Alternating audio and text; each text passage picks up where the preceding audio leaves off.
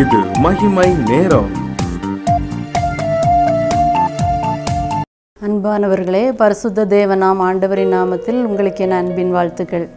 தொடர்ந்து இந்த வாரங்களிலே கிரீடம் என்ற தலைப்பிலே தியானித்து கொண்டிருக்கிறோம். நம்முடைய வாழ்க்கையின் ஓட்டத்திலே இறுதியாக பெற்றுக்கொள்ளும்படியாக ஆண்டவர் கொடுக்கிற அவார்டு, ப்ரைஸு, அவர் கொடுக்கிற பரிசு பொருட்கள், அவர் கொடுக்கிற கிரியைக்கு தக்க பலன் என்னவென்று நாம் ஒவ்வொன்றாக சிந்தித்து கொண்டிருக்கிறோம். இந்த நாளிலே ஆண்டவர் நமக்கு கொடுக்கிற கிரீடம் என்னவென்றால் பரிசுத்த கிரீடம். ஆம், நம்முடைய ஆண்டவருடைய மிக உயர்ந்த ஒரு குணாதிசயம், நம்முடைய ஆண்டவர் பரிசுத்தம் உள்ளவர். உலகத்தில் எந்த ஒரு காரியத்தை நீங்கள் எடுத்துக்கிட்டாலும் பரிசுத்தத்தை காண முடியாது. ஒரு வீட்டை துடைக்கிறதா இருந்தால் அட்வர்டைஸ்மெண்ட்டில் நீங்கள் பார்ப்பீங்க, 99% கிருமிகள் அழிக்கப்பட்டு அங்கே ஒன்று ஓடிக்கிட்டு இருக்கும். ஒரு தூய தங்கம் 24 கேரட்னு சொல்லுவாங்க. அதில் நீங்கள் பார்த்தீங்கன்னா அதில் என்ன பல விதமான சேதாரங்கள் அங்கு சேர்க்கப்பட்டிருக்கும். ஆம், நம்முடைய ஆண்டவர் மட்டுமே பரிசுத்தம் உள்ள ஆண்டவர். அவர் பரிபூரணர். அவருக்கு மட்டும்தான் அந்த பேர். அவர் குற்றமில்லாதவர், மாசற்றவர். அப்படிப்பட்ட தெய்வம் நமக்கு என்ன கொடுக்கிறார்? பரிசுத்த கிரீடத்தை. ஆகவே தான் ஆண்டவர் சொல்லுகிறார், நான் பரிசுத்தராய் இருக்கிறது போல நீங்களும் பரிசுத்தராயிருங்கள். இந்த பரிசுத்தம் இந்த உலக பிரகாரமாக சொல்லும்போது, யாருமே பரிசுத்தமாக இருக்க முடியாது, நான் பரிசுத்தமாக இருப்பதற்கு வாய்ப்பே இல்லை, ஆண்டவரால் மட்டும்தான் முடியும் என்று சொல்லுகிறோம். ஆனால் ஆண்டவர் விரும்புகிறார், நீங்கள் நான் பரிசுத்தராக இருக்கிறது போல நீங்களும் பரிசுத்தராய். ஆண்டவரே சொல்லியிருக்கிறார். அப்போ அதில் காரியம் இருக்கிறது.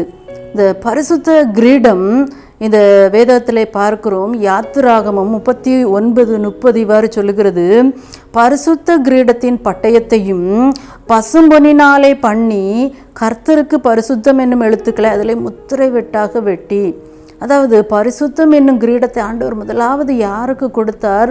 அவருடைய ஊழியர்களுக்கு, ஆசாரியர்களுக்கு. ஆரோனை போல அழைக்கப்பட்டால் ஒழிய இந்த கனமான ஊழியத்தை செய்ய முடியாது என்ற அந்த வார்த்தையின்படியும் ஆண்டவரே தெரிந்தெடுத்த அவருடைய ஊழியக்காரருக்கு ஆண்டவர் என்ன செய்கிறார்? இந்த பரிசுத்த கிரீடத்தை கொடுக்கிறார். ஆனால் ஆண்டவராகிய இயேசு கிறிஸ்து பழைய ஏற்பாட்டிலே லேவி கோத்திரத்திலே மாத்திரமே அந்த ஊழியத்தை செய்வதற்கு ஆரோனை போல அழைக்கப்பட்டவர்கள். ஆனால் புதிய ஏற்பாட்டில் ஆண்டவர் சொல்லுகிறார்கள், நீங்கள் புறப்பட்டு போய் சகல ஜாதிகளையும் சீசராக்கி பிதா குமாரன் பரிசுத்தாவினால ஞானஸ்நானம் கொடுக்கலாம். ஆண்டவருடைய இறுதி கட்டளையும் அதுவாக தான் இருந்தது. ஆகவே இன்று நாம் யாவருமே அவருடைய ஊழியக்காரர்களாக இருக்கிறோம். அவருடைய ஊழியக்காரர்களாக, அவருடைய அடிமைகளாக, அவருடைய சேவகர்களாக, அவரை மாத்திரமே சேவிக்கிறவர்களாக இருக்கிற தொண்டர்களாக இருக்கிற நமக்கு ஆண்டவர் கொடுக்கிற ஒரு ஆசீர்வாதம், பரிசுத்த கிரீடத்தை தருகிறார். இந்த பரிசுத்த கிரீடம் நமக்கு எதையெல்லாம் கொடுக்கிறது என்று வேதத்தின் மூலமாக நாம் சிந்திப்போம். முதலாவதாக வேதம் சொல்லுகிறது, ஆதியாகமம் 39:9 யோசேப்பினுடைய வாழ்க்கை வரலாறை பார்க்கிறோம். அவர் தன்னுடைய வாழ்நாளிலே பல்வேறு பாடுகள், பிரச்சனைகள் மத்தியில் செல்லும் போதும் கூட அவர் பாவத்திற்கு விலகி பரிசுத்தமாய் தன்னை காத்து கொண்டதை நாம் பார்க்கிறோம். ஆகவே தான் அவர் சொல்லுகிறார், தேவனுக்கு விரோதமாக நான் பாவம் செய்வது எப்படி என்கிறார். ஆகவே தான் அவருடைய வாழ்க்கையில் அந்த பாவத்திலிருந்து தப்பிக்கொள்ளும்படியான போக்கை ஆண்டவர் கட்டளையிட்டார். இந்த காரியத்தில் நான் பார்க்கும்போது, இந்த காரியத்தினால அவர் தன்னை பரிசுத்தமாய் காத்து கொண்டதுனால, ஆண்டவர் அவருக்கு பரிசுத்த கிரீடத்தை கொடுத்ததினால் அவருடைய வாழ்க்கையிலே அவர் மிகப்பெரிய ஒரு உயர்ந்த ஸ்தானத்திற்கு உயர்த்தப்பட்டார். நாமும் நம்மை ஆண்டவருக்கு பயந்து, ஆண்டவருக்கு விரோதமாய் நாம் இப்படிப்பட்ட பொல்லாங்குக்கு எப்படி உடன்படுவது என்று சொல்லி நாம் பலவேறு ஆண்டவருக்கு பிரியமில்லாத காரியங்களிலிருந்து விலகி இருக்கும்போது நிச்சயமாகவே இந்த உலகத்தில் ஆண்டவர் உங்களை உயர்த்தி ஆசீர்வதிக்கிறவராக இருக்கிறார். இரண்டாவதாக, இந்த பரிசுத்த கிரீடம் நமக்கு எதை கொடுக்கிறது? பாவ மன்னிப்பை கொடுக்கிறது.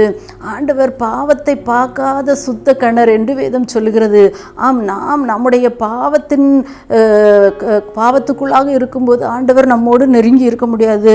ஆனால் ஆண்டவர் நமக்கு பரிசுத்தத்தை கொடுக்கும்போது அந்த பரிசுத்தம் நம்மை ஆண்டவரோடு நெருங்கி இருக்க செய்வதோடு மட்டும் இல்லை, அது நமக்கு பாவ மன்னிப்பை கொடுத்து ரட்சிப்பை கொடுப்பதாக இருக்கிறது.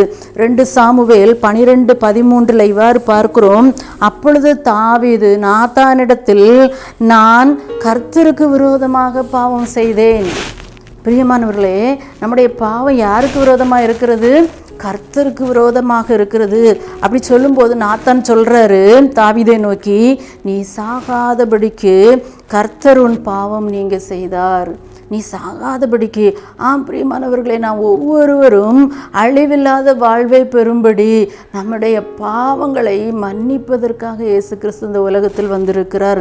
ஆகவே தான் தாவீதை குறித்து 1 ராஜாக்கள் 15:5 ஆண்டவர் சொல்லுகிறார், தாவீது ஏத்தியனாகிய உரியாவின் சங்கதி ஒன்று தவிர கர்த்தர் தனக்கு கட்டளையிட்டதிலே தான் உயிரோடு இருந்த நாளெல்லாம் ஒன்றையும் விட்டு விலகாமல் அவன் பார்வைக்கு செம்மையானதை செய்து வந்தான். ஆமாண்டவர், நாம் பிரியமானவர்களே, நாம் நம்முடைய பாவங்களை மறைக்கும்போது நமக்கு வாழ்வில்லை. நீதிமொழிகள் வார் சொல்லுகிறது, தன் பாவங்களை மறைக்கிறவன் வாழ்வடைய மாட்டான். ஒரு டாக்டர்கிட்ட போய் நம்ம என்ன செய்யக்கூடாது? பொய் சொல்லக்கூடாது. ஒரு லாயர்கிட்ட பொய் சொல்லக்கூடாது என்று உலக வழக்கு சொல்லுகிறது. நம்முடைய ஆண்டவரிடத்தில் நம்முடைய தவறை நாம் மறைத்து வைப்போமானால், நம்முடைய குற்றங்களை நாம் மறைத்து வைப்போமானால் நமக்கு விமோச்சனம் இல்லை. அதை அறிக்கை செய்து விட்டு விடுகிறவர்களோ இரக்கம் பெறுவார்கள் என்று வேதம் சொல்லுகிறது. அதை அறிக்கை செய்யும் போது நமக்கு மன்னிப்பு கிடைக்கிறது. அந்த மன்னிப்பு நமக்கு ரட்சிப்பை கொடுக்கிறது. ரட்சிப்பு நமக்கு ஒரு புது வாழ்வை கொடுக்கிறது, ஒரு விடுதலையின் வாழ்வை கொடுக்கிறது. கிறிஸ்துவுக்குள் பிரியமானவர்களே, அடுத்தபடியாக நாம் பரிசுத்தம் நம்மை தேவனோடு ஐக்கியப்படுத்துகிறது. பரிசுத்தம் நம்மை தேவனோடு ஐக்கியப்படுத்துகிறது.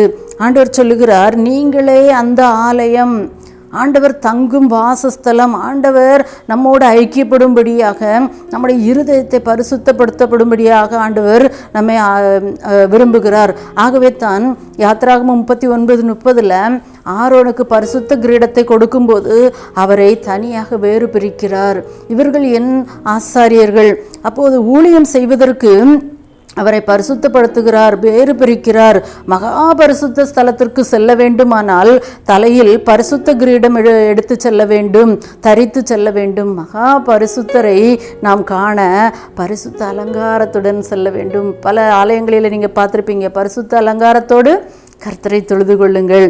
பாவ மன்னிப்பு பெற்றால் பரிசுத்தமானால் தரிசனம் கிடைக்கும். கடைசி காலத்தில் அநேகர் பரிசுத்தம் இல்லாமல் பரிசுத்த குறைச்சலினாலே காணப்படுவார்கள் என்று சொல்லுகிறது. ஆனால் ஆண்டவர் சொல்லுகிறார், வெளிப்படுத்தல் கடைசியில் பரிசுத்தமுள்ளவன் இன்னும் பரிசுத்தமாகட்டும். ஜெபிப்போமா? பரிசுத்தமுள்ள நல்ல ஆண்டவரே, இந்த நாளில் ஆண்டவரே, உம்முடைய பரிசுத்தமுள்ள ஒப்பற்ற தன்மையை குறித்து தியானித்தோப்பா. ஆண்டவரே, உம்முடைய பிள்ளைகளாகிய எங்களுக்கும் அந்த பரிசுத்த கிரீடத்தை தரிக்க ஆவலாக இருக்கிறீங்க ராஜா.